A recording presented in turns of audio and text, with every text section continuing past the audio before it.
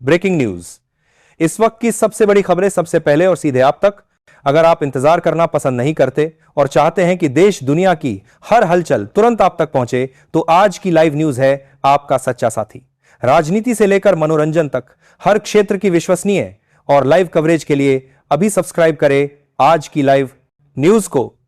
देखते रहिए, जानते रहिए। पश्चिम बंगाल की मुख्यमंत्री और तृणमूल कांग्रेस की सुप्रीमो ममता बनर्जी ने तय समय सीमा के भीतर एसआईआर का फॉर्म नहीं भरा है।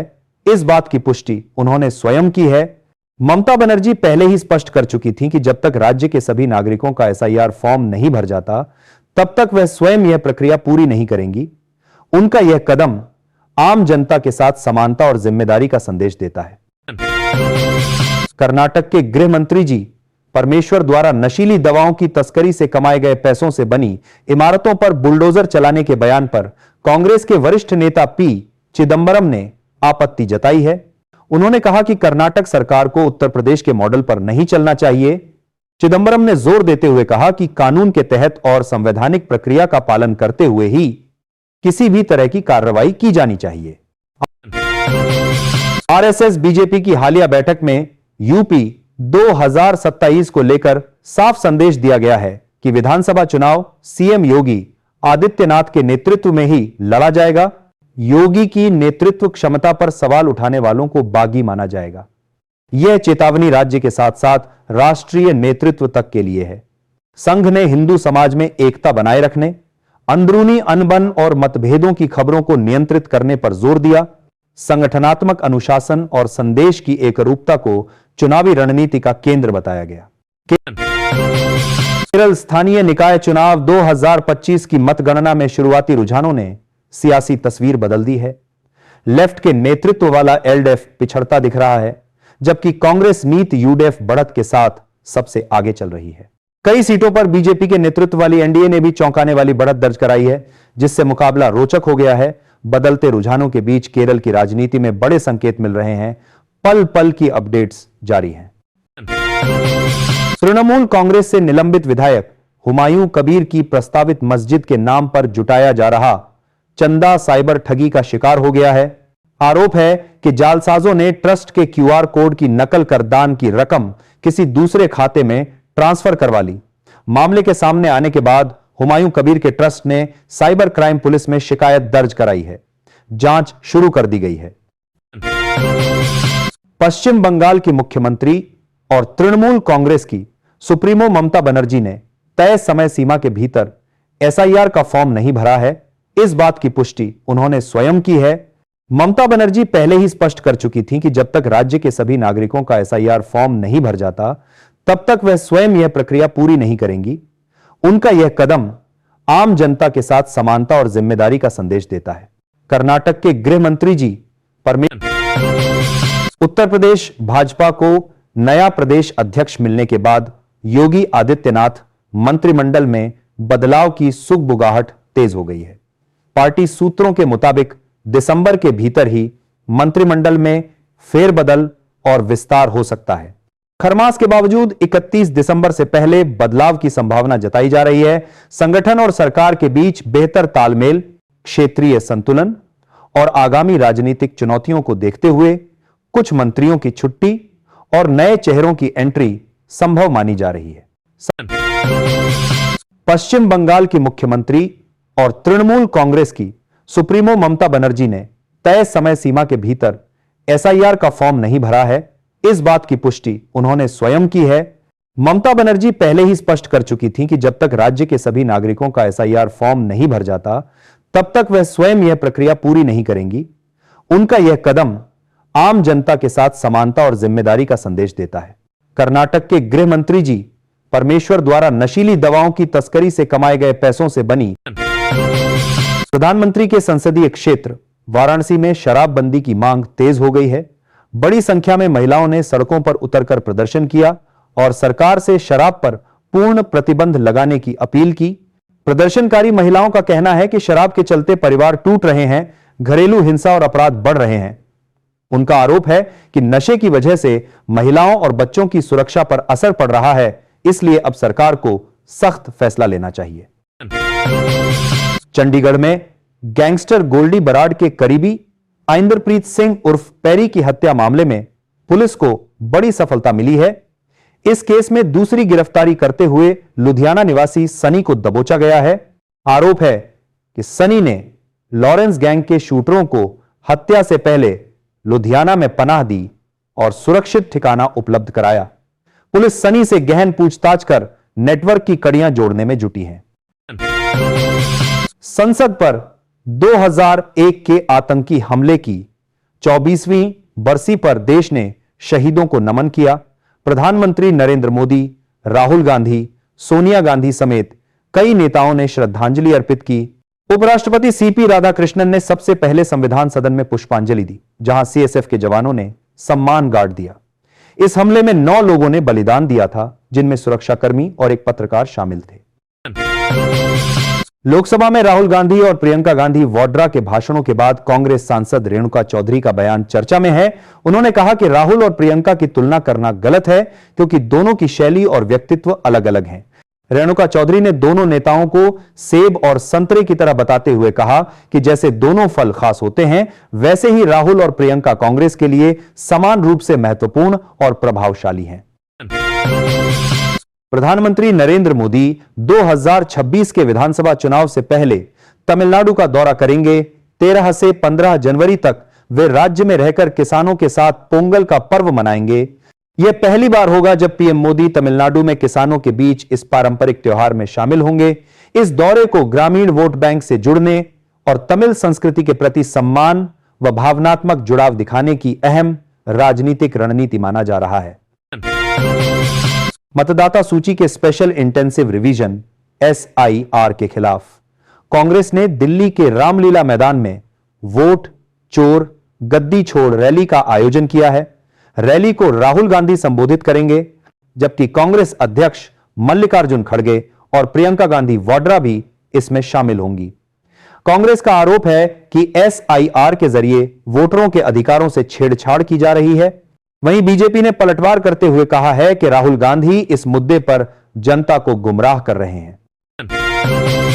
प्रधानमंत्री नरेंद्र मोदी कल से 4 दिवसीय विदेश दौरे पर रवाना होंगे, जिसमें वे जॉर्डन, इथियोपिया और ओमान का दौरा करेंगे।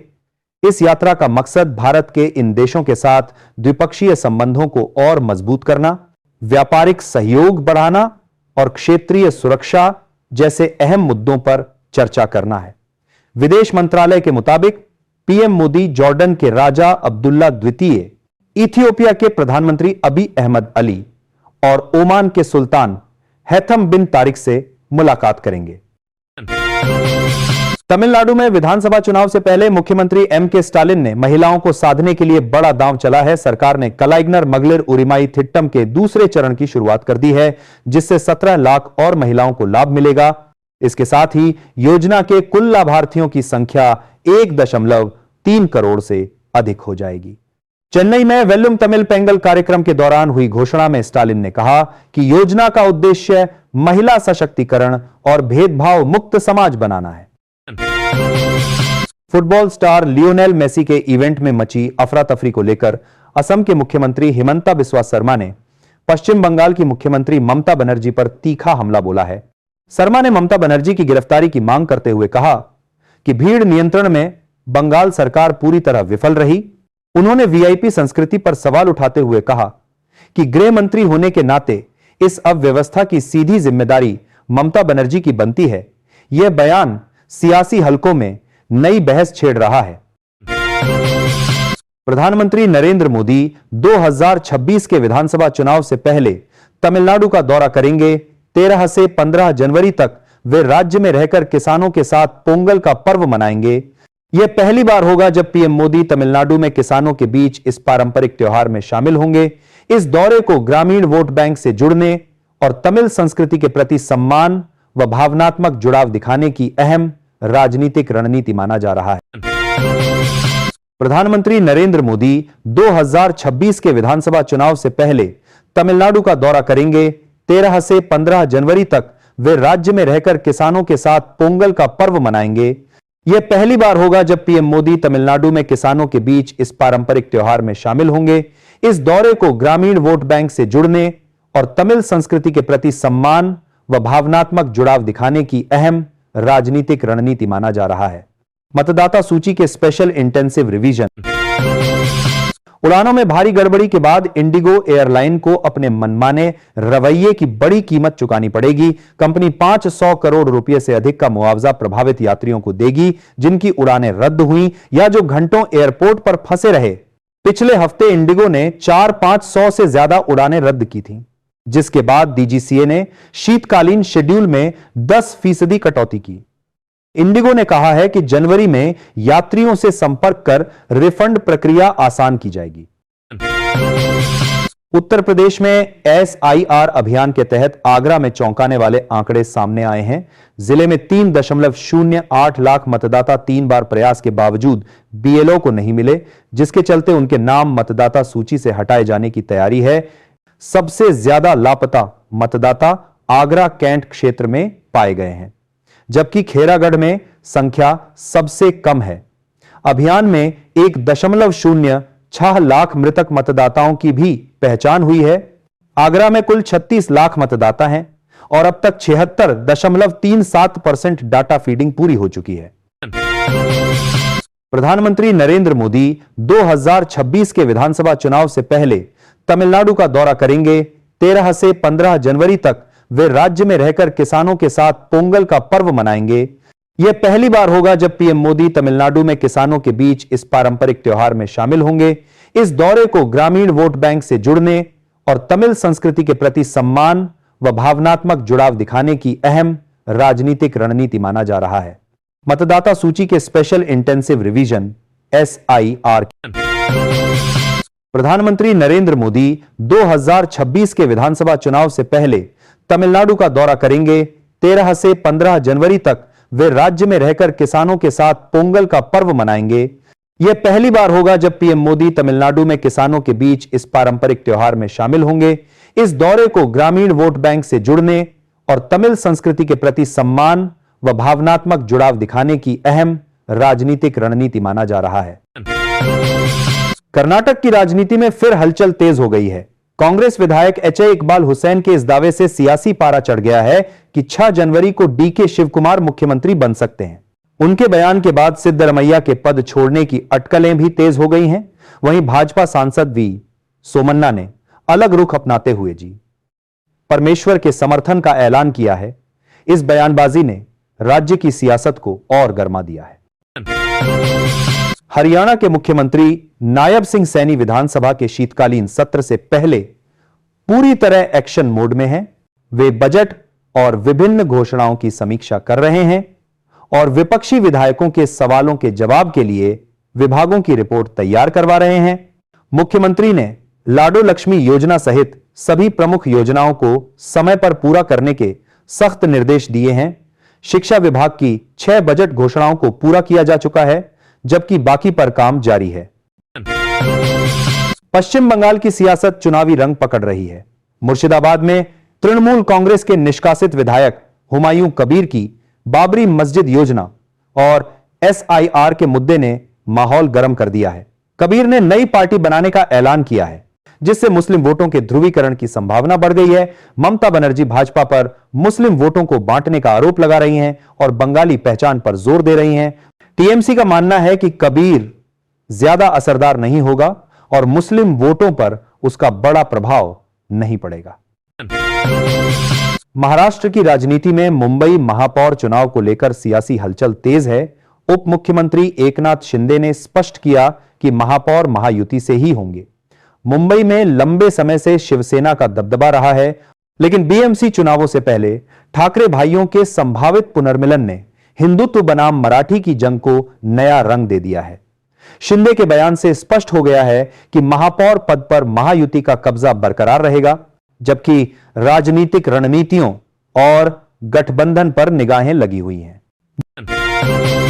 बरेली के मौलाना मुफ्ती शहाबुद्दीन रजवी बरेलवी ने अखिलेश यादव के बयान पर प्रतिक्रिया दी है।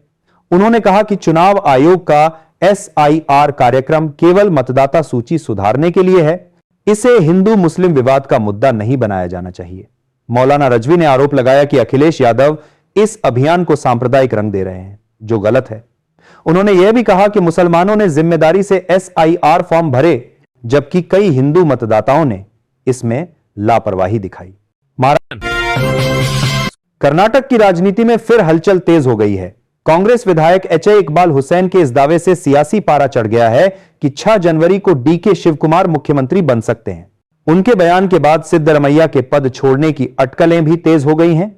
वहीं भाजपा सांसद वी सोमन्ना ने अलग रुख अपनाते हुए जी परमेश्वर के समर्थन का ऐलान किया है। इस बयानबाजी ने राज्य की सियासत को और गर्मा दिया है। हरियाणा के मुख्यमंत्री नायब सिंह सैनी विधानसभा के शीतकालीन सत्र से पहले पूरी तरह एक्शन मोड में हैं। वे बजट और विभिन्न घोषणाओं की समीक्षा कर रहे हैं। बीजेपी प्रवक्ता और राज्यसभा सांसद सुधांशु त्रिवेदी ने कांग्रेस पर तीखा हमला किया है। उन्होंने कहा कि पार्टी के कार्यकर्ता प्रधानमंत्री नरेंद्र मोदी के खिलाफ अपशब्द और मौत की कामनाएं कर रहे हैं, जिसे उन्होंने नक्सलवादी मानसिकता से प्रेरित बताया। त्रिवेदी ने रैलियों में इस्तेमाल हुए शब्दों और नारे जैसे कब्र खोदने और भारत तेरे टुकड़े होंगे पर भी नाराजगी जताई। उन्होंने चेताया कि पीएम को गाली देने की कोशिशों का नतीजा उल्टा पड़ेगा और कांग्रेस का हश्र मुगल साम्राज्य जैसा होगा। उनके अनुसार कांग्रेस अब राजनीतिक पार्टी नहीं, अराजकता का मंच बन गई है। उत्तर प्रदेश भाजपा के अध्यक्ष के रूप में पंकज चौधरी का नाम घोषित किया गया है। रविवार को औपचारिक तौर पर उनके अध्यक्ष बनने की घोषणा की गई, जबकि उनका नाम एकमात्र नामांकन होने के कारण पहले ही शनिवार को तय हो चुका था। इस अवसर पर केंद्रीय नेता विनोद तावड़े और पीयूष गोयल मौजूद रहे। साथ ही मुख्यमंत्री योगी आदित्यनाथ भी कार्यक्रम में उपस्थित थे। पंकज चौधरी के नेतृत्व में यूपी भाजपा नई रणनीतियों और संगठनात्मक मजबूती की दिशा में कदम बढ़ाएगी। दिल्ली NCR में वायु प्रदूषण का संकट बढ़ गया है। रविवार सुबह धुंध और कोहरे के साथ स्मॉग ने कई इलाकों में दृश्यता कम कर दी, जिससे लोगों को सांस लेने और आंखों में जलन जैसी समस्याओं का सामना करना पड़ा। कई क्षेत्रों में एक ही 500 के करीब पहुंच गया, जिसे आपातकाल स्तर माना जा रहा है। स्थिति को देखते हुए स्कूलों में हाइब्रिड मोड लागू किया गया है और लोगों को बाहर निकलते समय मास्क पहनने की सलाह दी गई है। ग्रेड 4 प्रदूषण नियंत्रण उपाय भी सक्रिय किए गए हैं।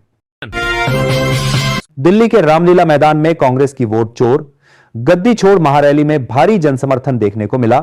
रैली को संबोधित करते हुए राहुल गांधी ने बीजेपी पर तीखा हमला बोलते हुए कहा कि यूपी के नेता हरियाणा जाकर वोट डालते हैं, जो लोकतंत्र पर सीधा हमला है। उन्होंने आरोप लगाया कि स्पेशल इंटेंसिव रिवीजन SIR के नाम पर वोट चोरी की साजिश रची जा रही है। प्रियंका गांधी और मल्लिकार्जुन खड़गे ने भी केंद्र सरकार को घेरते हुए निष्पक्ष चुनाव की मांग दोहराई। ग्रेटर नोएडा में पीएम किसान सम्मान निधि योजना में बड़ी गड़बड़ी सामने आई है। जांच में खुलासा हुआ कि कई मामलों में पति पत्नी दोनों एक साथ योजना का लाभ ले रहे थे, जो नियमों के खिलाफ है। प्रशासन ने ऐसे करीब 800 किसानों की पहचान कर ली है, जिनसे अब गलत तरीके से मिली राशि की वसूली की जाएगी। अधिकारियों का कहना है कि यह सरकारी योजना के दुरुपयोग का गंभीर मामला है और आगे सख्त कार्रवाई भी की जा सकती है।